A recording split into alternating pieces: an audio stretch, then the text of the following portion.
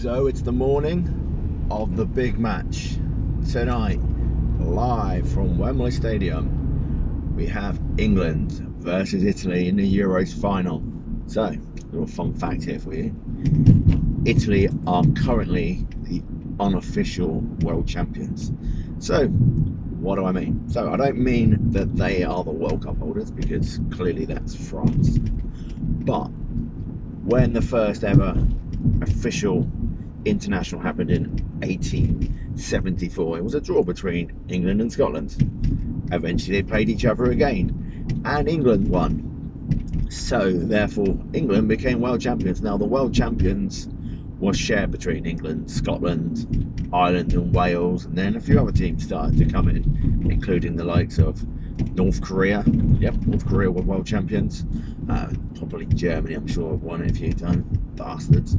But currently Italy are the unofficial world champions. So if we win tonight, we become both European champions, official, and unofficial world champions. But to be fair, you know, we're pretty good anymore. Also, does this now mean that Belgium will no longer be the world's #1 ranked team? Because let's be fair, they are very good. They had some exceptional players, especially Kevin De Bruyne.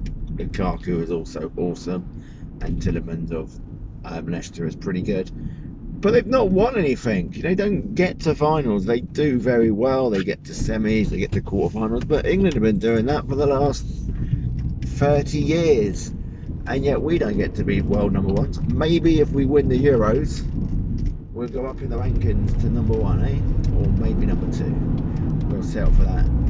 Last night was also apparently the final of the Copa America. Don't know what happened. Don't care. I believe it was between Brazil and Argentina. Again, don't really care. Not interested. It's not the tournament I've been watching. It's been the Euros. So, how are we feeling today, people? A little bit nervous. Couldn't sleep very well. That was me anyway. Little bit excited, getting a bit nervous. So what I'm not going to do today, because before we played Belgium in the World Cup in 2018, was it Belgium? Croatia.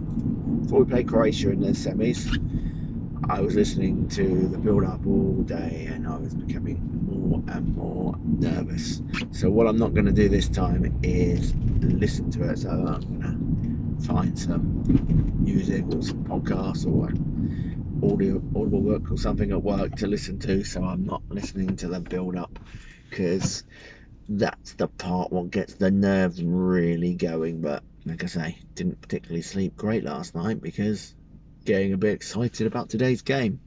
So how do I see it going? Well, I'm hoping England can win. I did say at the start of the tournament England are going to do well, but Italy do look very good. I'm hoping that Rob Dog, my beacon of positivity, it's not hard to say, Rob Dog, because you're many things, mate, but I don't think you're a beacon of positivity. But I'm hoping that the beacon is correct. In fact, I might just call him Beacon from now on, because why not? So hopefully Beacon is right and we win. So, just to annoy the dickhead Arsenal fans, I'm hoping that it's going to be a Harry Kane brace today, a 2-0 or 2-1 win. As long as we win, it doesn't matter, does it? And then when Harry Kane picks up the cup at the end, hopefully, touch wood, then that will just annoy all the Arsenal fans and they won't be able to celebrate. They'll get drunk and they won't know why, and they can't celebrate because it's all about Spurs' Harry Kane, who, let's be fair, could be going places. So there's another discussion, and this is what I'm going to do over the next week, is where do we think some of the England players will go now? Because let's be fair, Declan Rice, fantastic, plays for West Ham. I think he can stay there for another year. Calvin Phillips has been sensational. Plays for Leeds, one of the biggest team, aren't they? So do we think either of them could go? Sancho is obviously going to Manchester United, allegedly. And Harry Kane, well, he says he wants to leave now. So where do we think he's going to go? Is he going to stay in England in the Premier League, or does he think he could go abroad? Does it matter, you know, which of the big teams can afford him? Let's be fair, he's not going to go cheap, is he? We're probably looking at 120 million plus for Harry Kane.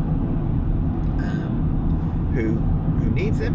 I think Man United could do with an out-and-out striker along with Cavani, who, you know, let's be fair, he's going to get you goals. I've seen Arsenal fans say, well, on paper, Harry Kane is brilliant, but he's not though, is he? Yeah, isn't he? Is he not world class? You know, look at what he's done in this tournament. Alright, he didn't score in the first 2 games, but did anybody give him half a sniff? No. He goes and finds the balls. What he is in some ways, he's a bit like a latter day Wayne Rooney, where if he needs to, he will go and help out the defence in the midfield. And yeah, he does go too deep for me, but you put a ball into him like Jack Grealish did for the goal against Germany, then he's going to score it. And then look at him again, a couple of crosses for him against who were they? Ukraine? Yeah, Ukraine. And he'll score them.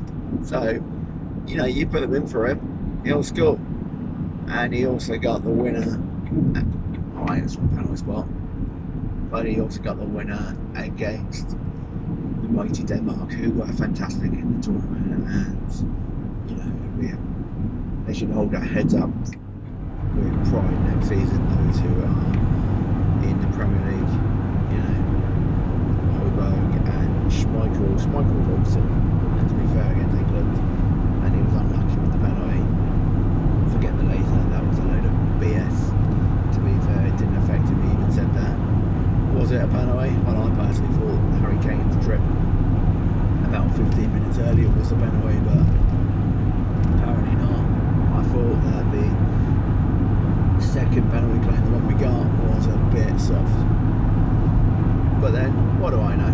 I'm not a referee, and there was no way it was ever not going to be turned over, was it?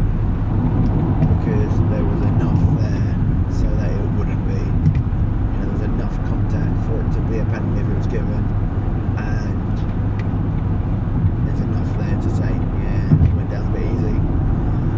But I don't think they would have complained too long if either of those had been there. But to be fair, let's be pleased that Harry Kane's penalty miss was in game rather than a penalty shootout, because that was a great save on a penalty shootout. You know, world class almost. But yeah, so looking forward to the final this evening. Someone said to me, hey Ed, don't do it spontaneously, you're not so good spontaneously. Really? I just talk nonsense all day anyway, half the time I don't know what I'm going on about. So there you go, there I am, absolute nonsense. I like to keep the standard. Anyway, this has been Young Man in the Shed, Andy P. Clearly, once again, one day I will return to the shed. Yes, I will return. Yes, one day I will be back. And this week we have got my Metallica Ride the Lightning versus Master of Puppets. So we're going to see which one I think is. Well, if you've listened to me long enough, I think you know which one is my favourite album. But the other one is right up there as well. So they're both in my top 3 to be fair. But one is my favourite. It's been my favourite album now for, I started listening to Metallica, let's say 25 years ago. So yeah, about 25 years. So yeah, there you go. Anyway, Man in the Shed. See you pals. I'm out here.